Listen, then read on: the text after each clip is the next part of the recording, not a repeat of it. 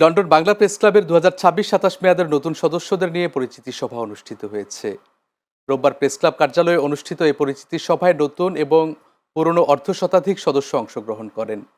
চ্যানেলসের যুক্তরাজ্য প্রতিনিধি এহসানুল ইসলাম চৌধুরী শামীম জানান, প্রেস ক্লাব সভাপতি মোহাম্মদ জুবাইরের সভাপতিত্বে এবং সাধারণ সম্পাদক তাইসির মাহমুদের সঞ্চালনায় অনুষ্ঠানে বক্তব্য রাখেন senior vice president barrister Tarek Chowdhury এবং ট্রেজারার সালে আহমেদ। সভায় উপস্থিত নির্বাহী কমিটির অন্যান্য নেতারাও বক্তব্য রাখেন। নতুন সদস্যদের পরিচিতি পর্ব শেষে এলবিপিসি মিডিয়া অ্যাওয়ার্ডস লঞ্চিং অনুষ্ঠিত হয়। এতে অতিথি হিসেবে উপস্থিত ছিলেন কুইন মেরি ইউনিভার্সিটির অ্যাসোসিয়েট প্রফেসর হাসান শহীদ এবং প্রেস ক্লাবের সাবেক সভাপতি এমদাদুল হক চৌধুরী। লন্ডন বাংলা প্রেস ক্লাবের আজকে দুটি বিষয়ের এখানে অনুষ্ঠান হলো। লন্ডন বাংলা প্রেস ক্লাবের নতুন সদস্যদের একটা ইন্ডাকশন হলো।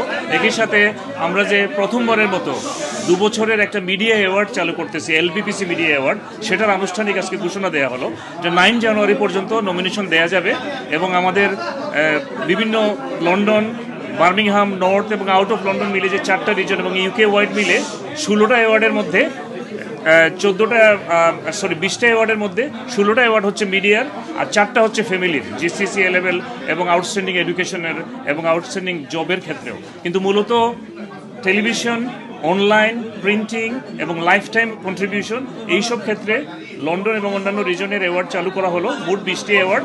এবং এই অ্যাওয়ার্ডে একমাত্র লাইফ টাইম ছাড়া সব অ্যাওয়ার্ডই সেলফ নমিনেটেড হবে এবার থেকে, ভবিষ্যতে হয়তো চেঞ্জ আসবে। আর একটা অ্যাওয়ার্ড আছে নন মেম্বারের জন্য, বাকি সব মেম্বারের জন্য, এমনকি সন্তানরাও প্রেস ক্লাবের মেম্বার হতে হবে। আর বাকিরা তো আমরা আমাদের মেম্বার। অনলি মেইন স্ট্রিম মিডিয়ায় যারা কাজ করেন এটা আমাদের মেম্বার না হলেও হবে, কিন্তু মেম্বাররা নমিনেট করতে পারবে। এই হলো এটার আয়োজন। এবং আমরা চাচ্ছি যে 2 বছর পরপর আমরা যে বড় অনুষ্ঠান করি, 40-50 হাজার পাউন্ড খরচ করি এই অনুষ্ঠানে, সেই অনুষ্ঠানে আমরা দুপুর থেকে বিকেল পর্যন্ত থাকি। সেই অনুষ্ঠান আরও অন্যান্য আনন্দের মধ্য দিয়ে এই অ্যাওয়ার্ডের মাধ্যমে আরও বেশি আকর্ষণীয় হবে। আমাদের এই বছর প্রায় 400 মতো অ্যাপ্লিকেশন ছিল, নতুন এবং পুরাতন মিলিয়ে। তো আমরা এই বছর নতুন সদস্য নিয়েছি 65 জন। সব মিলিয়ে আমাদের নতুন সদস্য হচ্ছে 335 জন। এটি এই বছরই আমরা সর্বোচ্চ সদস্য নিয়েছি এবং সদস্যরা হচ্ছেন আমাদের ক্লাবের প্রাণ। আমরা এর আগে কখনো এভাবে পরিচিতি করিনি বা ইন্ডাকশন করিনি। আমরা মনে করলাম যে যেহেতু আমরা বেশি সংখ্যক সদস্য নিয়েছি, তাদের ক্লাব সম্পর্কে আমার জানা উচিত, ক্লাবের ইতিহাস ঐতিহ্য জানা উচিত এবং একটা সংবিধানের মাধ্যমে ক্লাব চলে। তারা যদি আমাদের আজকে ইন্ডাকশনে আসেন তাহলে এই ক্লাব সম্পর্কে জানতে পারবেন, সংবিধান সম্পর্কে জানতে পারবেন, হোয়াটসঅ্যাপ নীতিমালা সম্পর্কে জানতে পারবেন। এবং যেহেতু একটা পরিবারে যেভাবে আমরা ভাই বোন মা বাবা পারস্পরিক শ্রদ্ধাবোধ রেখে চলি, আমরাও এখানে এই কথাগুলো বলেছি। যেহেতু আমরা প্রত্যেকেই সকল সদস্য একটা পরিবারের অংশ, সুতরাং আমরাও পারস্পরিক সম্মান এবং মর্যাদা রেখে চলবো। এটি আমাদের ক্লাবেরকে আরও সুন্দর করবে। অ্যাওয়ার্ডের বিষয়ে আমরা একটা কথা বলতে চাই যে অ্যাওয়ার্ডের ডেডলাইন ছিল 5ই জানুয়ারি, আমরা সেটি এক্সটেন্ড করেছি।